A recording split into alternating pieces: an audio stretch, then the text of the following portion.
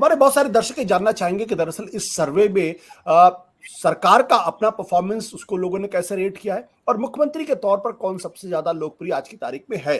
कर्नाटक में जो मुख्यमंत्री के तौर पर जो आज एबीपी न्यूज और सी वोटर ने सर्वे किया उसमें सिद्धरमैया 39.1%, जो मौजूदा मुख्यमंत्री बीएस येदियुरप्पा, माफ करिएगा, बीएस बोम्मई, बासवराव बोम्मई 31.1%, एच कुमारस्वामी जो पूर्व मुख्यमंत्री 21.4 और डीके शिवकुमार जिनको सिद्धरमैया का प्रतिद्वंदी माना जाता है कांग्रेस पार्टी में और मुख्यमंत्री पद के दावेदार कांग्रेस की तरफ से माने जाते हैं, उनको सिर्फ 3.2% मिला है। जाहिर सी बात है, जब मुख्यमंत्री बोम्मई पीछे पिछड़ रहे हैं सिद्धरमैया से, तो उनकी सरकार का प्रदर्शन भी कोई बहुत अच्छा लोग नहीं रेट कर रहे होंगे। 27.7% लोग उनके परफॉर्मेंस को बेहतर मानते हैं। खराब मानने वालों की संख्या 50.5% है। और जब यह हुआ कि लोगों की नाराजगी और सरकार बदलना चाहते हैं तो यह आंकड़ा 57.1% है। यानी ये आंकड़े अगर स्थिर रहे और चुनाव तक अगर यही स्थिति बनी रही तो बीजेपी की स्थिति बहुत खराब भी हो सकती है, क्योंकि 57.1% का आंकड़ा बहुत खराब आंकड़ा माना जाएगा।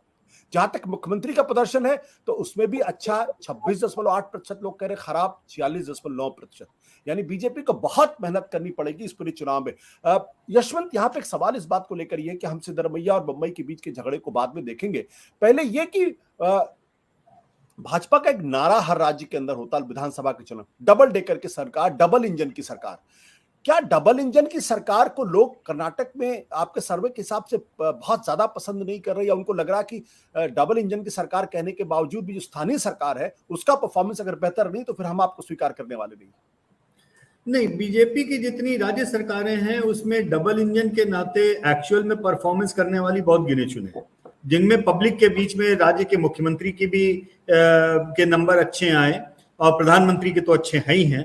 मेरे ख्याल से अगर आप वैसे गिनना चाहें तो शायद आसाम के मुख्यमंत्री हिमंता बिश्व शर्मा शायद वो क्लेम कर रहे हैं, तो वो मैं मानूंगा कि वो डबल इंजन की सरकार चला रहे हैं, क्योंकि उनकी व्यक्तिगत पॉपुलैरिटी और सीएम पीएम की पॉपुलैरिटी दोनों मिलकर के बीजेपी के लिए काम करती है।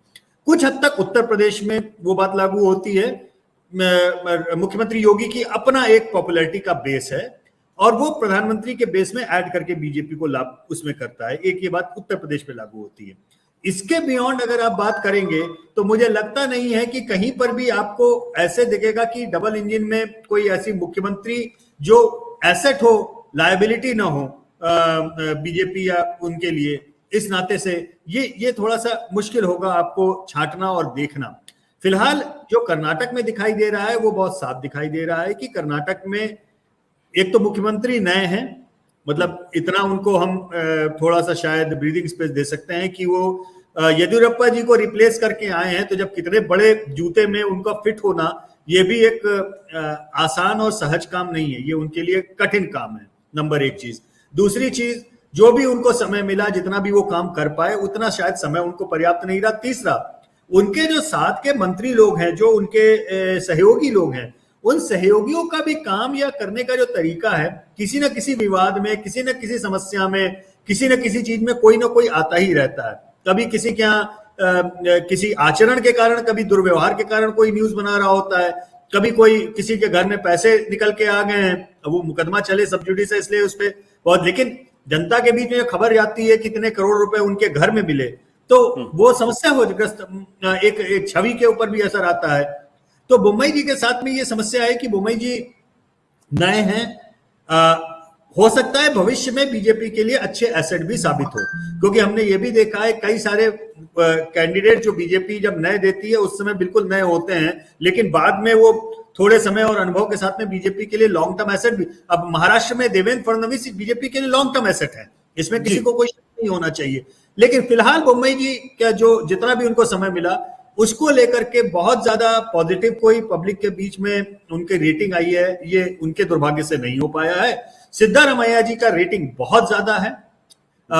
मेरा मानना यह है कि अगर आप केवल सिद्धारमैया और डीके शिव कुमार इन दोनों को कंपेयर करेंगे तो शायद मतलब ये बहुत ही विचित्र किस्म का कंपैरिजन होगा पब्लिक के बीच में रेटिंग या पब्लिक के बीच में छवि को लेकर के। और आपने ऐसा बोला कि वो विषय कांग्रेस का अपना अंदरूनी सिरफटव्वल का एक अलग है, उसमें हम अलग से चर्चा कर सकते हैं, लेकिन फिलहाल सिद्धारमैया उनका अपना एक जो पॉपुलैरिटी का बेस है उनकी जो जातिगत बेस है, ओबीसी का जो एक पॉपुलर बेस है, और उनका पिछला कामकाज, जो आप 5 साल पहले जब बीजेपी कांग्रेस हारी थी चुनाव, आपको आश्चर्य होगा, उस समय के भी सर्वे हमारे आंकड़े उठा के देखिए आशुतोष जी, व्यक्तिगत रूप से मुख्यमंत्री के खिलाफ नाराजगी उस समय पर भी नहीं थी। जो नाराजगी थी वो कांग्रेस और कांग्रेस की सरकार के कामकाज और उसके अराउंड थी, लेकिन मुख्यमंत्री के रूप में सिद्धारमैया की रेटिंग खराब नहीं थी। इसलिए मुझे आज उनका सबसे पॉपुलर मुख्यमंत्री के नाम के ऊपर से आना मुझे आश्चर्यजनक नहीं लगता है। दूसरी बात, येदियुरप्पा जब तक थे तब तक उनका नाम इनके ऊपर चलता था। येदियुरप्पा जी के राजनीति से एक्टिव राजनीति से हटने के बाद में उस वैक्यूम को बीजेपी के नेता नहीं भर पा रहे हैं, ये भी उतना ही बड़ा सत्य है। बट यशवंत, क्या ये माना जाए कि येदियुरप्पा को हराना भारतीय जनता पार्टी की तरफ से एक बड़ी गलती थी? अगर वो कंटिन्यू करते थे चीफ मिनिस्टर तो भी क्या इसी तरीके के सर्वे में रिफ्लेक्ट करता? कठिन है ये बात कहना आशुतोष, क्योंकि नेचुरल इनकम्बेंसी का नुकसान तो तब भी हो रहा होता, लेकिन हाँ, ये हो सकता था कि अगर येदियुरप्पा होते तो शायद मामला हमारे आंकड़ों में और कांटे का दिखाई देता। लेकिन उसके बाद भी जो मेरा अनुभव कहता है आशुतोष, इतने 28 साल हो गए अब चुनाव देखते देखते इस मुल्क में भी ठीक से, प्रोफेशनल जो अनुभव कहता है वो ये कि अगर येदियुरप्पा जी भी होते तो भी इस समय उतनी ही एंटी इनकम्बेंसी का सामना वो भी कर रहे होते। इतना जरूर होता कि शायद जो कांग्रेस और बीजेपी का गैप फिलहाल बड़ा दिख रहा है, वो गैप इतना बड़ा नहीं होता और ज्यादा कांटे का होता। सत्य हिंदी का ऐप डाउनलोड करें गूगल प्ले स्टोर पर।